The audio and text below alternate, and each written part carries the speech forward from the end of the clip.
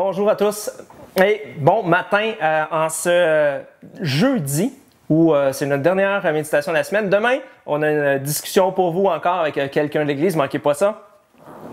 Alors ce matin, on termine vraiment la conclusion de notre série « Aime tes ennemis » avec l'amour c'est. L'amour c'est quoi? Et ce texte de 1 Corinthiens 13 auquel on peut pas passer à côté si on parle de l'amour. Et juste comme j'ai mentionné dimanche, juste se rappeler le contexte dans lequel c'est pas juste un hymne à l'amour, c'est pas juste un poème que l'apôtre Paul écrit, c'est pas juste quelque chose de beau. Ah oui, ça fait du sens, l'amour et moi je suis dans un mood bien. Non. Ça s'adresse aux Corinthiens qui vivaient dans le désordre. L'apôtre Paul va le dire, vous pourrez lire dans début du chapitre de Corinthiens, il va parler de disputes, il va parler de querelles, il va parler de colère, il va parler de jalousie, il va parler même de division, de chicane. Et dans ce contexte-là, l'apôtre Paul est obligé de rétablir. Et les Corinthiens se croyaient tellement spirituels. Les Corinthiens prophétisaient, les Corinthiens faisaient toutes sortes d'actions spirituelles, ils louaient fort, ils louaient en langue, et eux se voyaient comme des gens hyper spirituels. Mais en arrière de tout ça, l'organisation d'Église est un chaos total. Les gens se haïssaient les uns les autres, les gens se pognaient les uns les autres, les gens se jalousaient, les gens étaient remplis d'orgueil.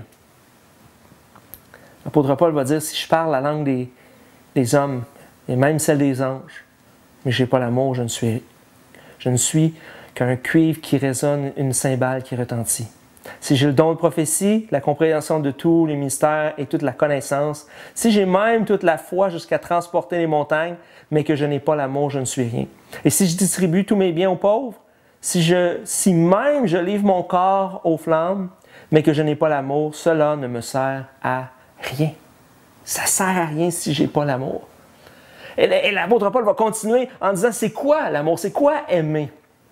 Je pense que dans la société dans laquelle on vit aujourd'hui, les gens ont désespérément besoin de revenir à un sens de c'est quoi véritablement l'amour. J'ai l'impression qu'on a perdu l'essence de la définition de ce qu'est l'amour aujourd'hui.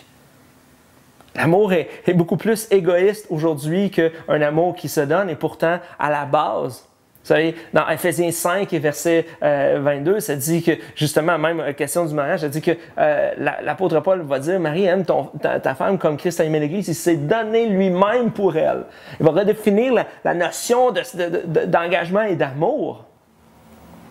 Et ici, il va poursuivre dans 1 Corinthiens 13 en disant, l'amour est patient. L'amour est plein de bonté. L'amour n'est pas envieux, l'amour ne se vante pas, ne s'enfle pas d'orgueil, il ne fait rien de malhonnête, il ne cherche pas son intérêt. Il ne s'irrite pas, il ne soupçonne pas le mal, il ne se réjouit pas de l'injustice, mais il se réjouit de la vérité. Il pardonne tout, croit tout, espère tout, supporte tout. L'amour ne meurt jamais. Les prophéties disparaîtront, les langues cesseront, la connaissance disparaîtra. Et les trois choses demeurent, l'espérance, la foi et l'amour. Et au-dessus de tout cela, c'est l'amour. C'est ça que l'apôtre Paul va nous donner ici, comme définition de ce qu'est l'amour. Et pas simplement dans le couple, mais avec nos enfants, avec nos collègues de travail, avec nos voisins, avec les gens dans l'Église, avec les gens avec lesquels je suis devenu ennemi ou qui sont devenus mes ennemis. Tu changes ta façon de voir l'amour. Et ce que je vous invite à faire aujourd'hui, c'est de peut-être reprendre 1 Corinthiens 13 et de juste décortiquer cela. De prendre juste d'écrire. L'amour est patient. À quel point mon amour est patient envers les autres? Juste qu'on se pose cette question-là. L'amour est plein de bonté. Donc, à quel point je suis bon envers les autres? L'amour n'est pas envieux. Comment est-ce que mon amour envie la vie des autres? L'amour ne se vante pas. Est-ce que moi, je me vante auprès des autres? L'amour ne s'enfle pas d'orgueil. Elle est où mon orgueil? L'amour ne fait rien de malhonnête. L'amour ne cherche pas son intérêt en premier. Il cherche l'intérêt de l'autre. L'amour ne s'irrite pas. Quand est-ce que je m'irrite de temps en temps? L'amour ne soupçonne pas le mal. On vit dans une société qui soupçonne le mal à tous les coins de rue. Est-ce que je soupçonne le mal dans la vie des autres? L'amour ne se réjouit pas de l'injustice, mais il se réjouit de la vérité. L'amour pardonne tout. Est-ce que je pardonne?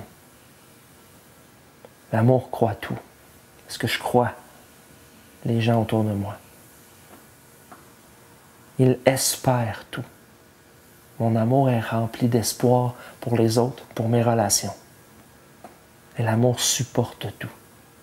Je supporte même mes amis. Je supporte mon conjoint. Je supporte mes enfants. Je supporte les gens autour de moi parce que je les aime.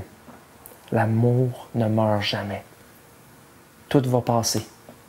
Tout mon travail va passer, ma carrière va passer, les prix que je peux gagner pour des compétitions, de whatever, le dépassement de moi, tout ça, ça va passer. Toutes les actions que je vois comme spirituelles, ça va passer. La Bible dit toutes les prophéties, les langues, la connaissance, toute la sagesse, tout ça, ça va finir par passer. Mais au fil de ma vie, c'est pas ça qui va justement rester, qui va impressionner Dieu, mais c'est comment je vais avoir aimé les autres. Et l'amour qui aura été dans ma vie. C'est ce que je nous laisse à la fin de cette série-là. C'est justement sur ça. Comment est-ce que j'aime les autres autour de moi, malgré ce qu'ils sont, malgré ce qu'ils font, malgré le fait que je suis en accord ou pas en accord. Parce que c'est ce que Jésus, c'est de la façon dont Jésus t'aime. Il n'est pas toujours d'accord avec toi. Il n'est pas toujours d'accord avec tes choix, avec tes actions, avec tes pensées. Mais Jésus t'aime malgré ça. Jésus t'aime au-delà de ça. Et il t'invite à aimer les autres comme il t'aime. Jésus, merci pour cet amour qui est tellement grand qu'on ne peut pas tout le saisir. Et j'ai besoin de le saisir dans ma vie pour être capable d'aimer les autres comme tu m'aimes. Dans le nom de Jésus. Amen.